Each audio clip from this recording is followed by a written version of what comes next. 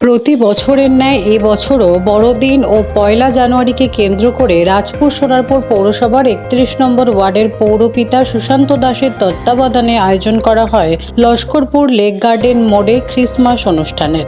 গত ২৭ ও ২৮ ডিসেম্বর এই অনুষ্ঠানে আয়োজন করা হয় এক নৃত্য প্রতিযোগিতার। এই প্রতিযোগিতায় মোট ৪৬ জন প্রতিযোগী অংশগ্রহণ করেন। ৩টে রাউন্ডে চলে এই প্রতিযোগিতা।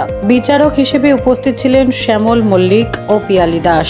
প্রথম পুরস্কার হিসেবে ৩,০০০ টাকা, দ্বিতীয় পুরস্কারে ২,০০০ এবং তৃতীয় পুরস্কারে ১,০০০ টাকা দেওয়া হয়। কাউন্সিলর সুশান্ত দাস বলেন, সুশান্ত দাস লালটুদা এবং তার প্রতিটি টিমের পক্ষ থেকে ২৫ তারিখ কেক বিতরণ আমরা আপনাদের সকলকে জানাই আগামী নববর্ষের এবং গত আমরা প্রতিদিন বড়দিন দেখেছি অনেক অনেক শুভেচ্ছা ও ২৫ তারিখ অভিনন্দন। কালচারাল প্রোগ্রাম তবে একটু সময় চেয়ে নিচ্ছি যাদের জন্য। ২৮ তারিখ আমরা একটা ডান্স কম্পিটিশন রেখেছি।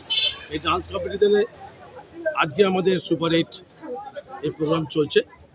গতকাল থেকে যত কন্টেস্ট ছিল তাদের থেকে আমাদের সুপার 8কে নেওয়া হয়েছিল। তাদের আজকে আমাদের ফাইনাল চলছে। সুপার 8 থেকে সুপার 4 পর্যন্ত যাবে। এর জন্য আমরা আজ আপনারা দেখতেই পাচ্ছেন মানুষের উৎসাদনা কিরকম আছেন, উন্মাদনা যে এলাকার মানুষের। এই প্রথম বছর আমরা এটা করেছি, ভালো সাড়া পেয়েছি আমরা। তো আগামী দিন এইভাবে আমরা প্রতিদিন প্রোগ্রাম করার কথা ভাববো। বিচারক শ্যামল মল্লিক বলেন, ময়ূর ভৌমিক, আয়ুষী কর্মকার, ঋষিতা দে এবং সীতামা রয়কে প্ল্যান করেছেন সেটা একদম পুরো সাকসেসফুল হয়েছে। আর অনেক বাচ্চাদের অনেক নাচ দেখতে পাচ্ছি, যেটা আমার খুব ভালো লাগছে। আর এটা আমার একটা প্ল্যাটফর্ম, আমাদের এখানে এলাকার ছেলেমেয়েরা পার্টিসিপেট করছে, তারা ভালো একটা প্ল্যাটফর্ম পাচ্ছে, একটা কম্পিটিশন মধ্যে থাকছে।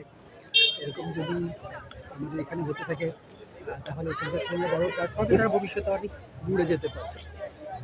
এর জন্য অসংখ্য ধন্যবাদ আমাদের। নৃত্যশিল্পীদের নৃত্য পরিবেশনে জমে উঠেছিল গোটা মঞ্চ। বিচারক পিয়ালি দাস জানান, মানে এত ছোট ছোট বাচ্চারা এত ট্যালেন্টেড, এত সুন্দরভাবে নিজেদেরকে তৈরি করছে, যেমন তাদের অভিভাবকদের খুব ভালো করছে, মানে পড়াশোনার সাথে সাথে যে এইটাকে কন্টিনিউ রাখছে, এটা সত্যি আমাদের ভাগ্যের ব্যাপার যে এত ছোট বাচ্চারা এরকম ভাবে তৈরি হচ্ছে।